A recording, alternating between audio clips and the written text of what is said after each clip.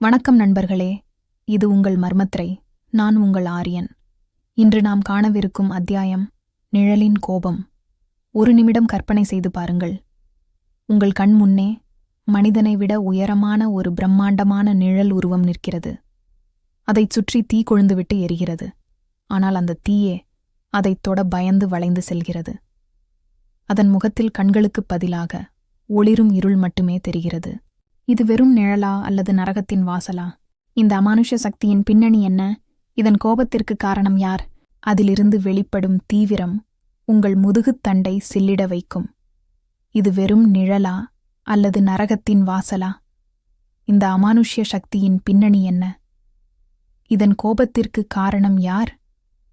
நிழல்களுக்குப் பின்னால் மறைந்திருக்கும் மர்மங்களை வெளிக்கொணர தொடர்ந்து எங்களுடன் இணைந்திருங்கள்.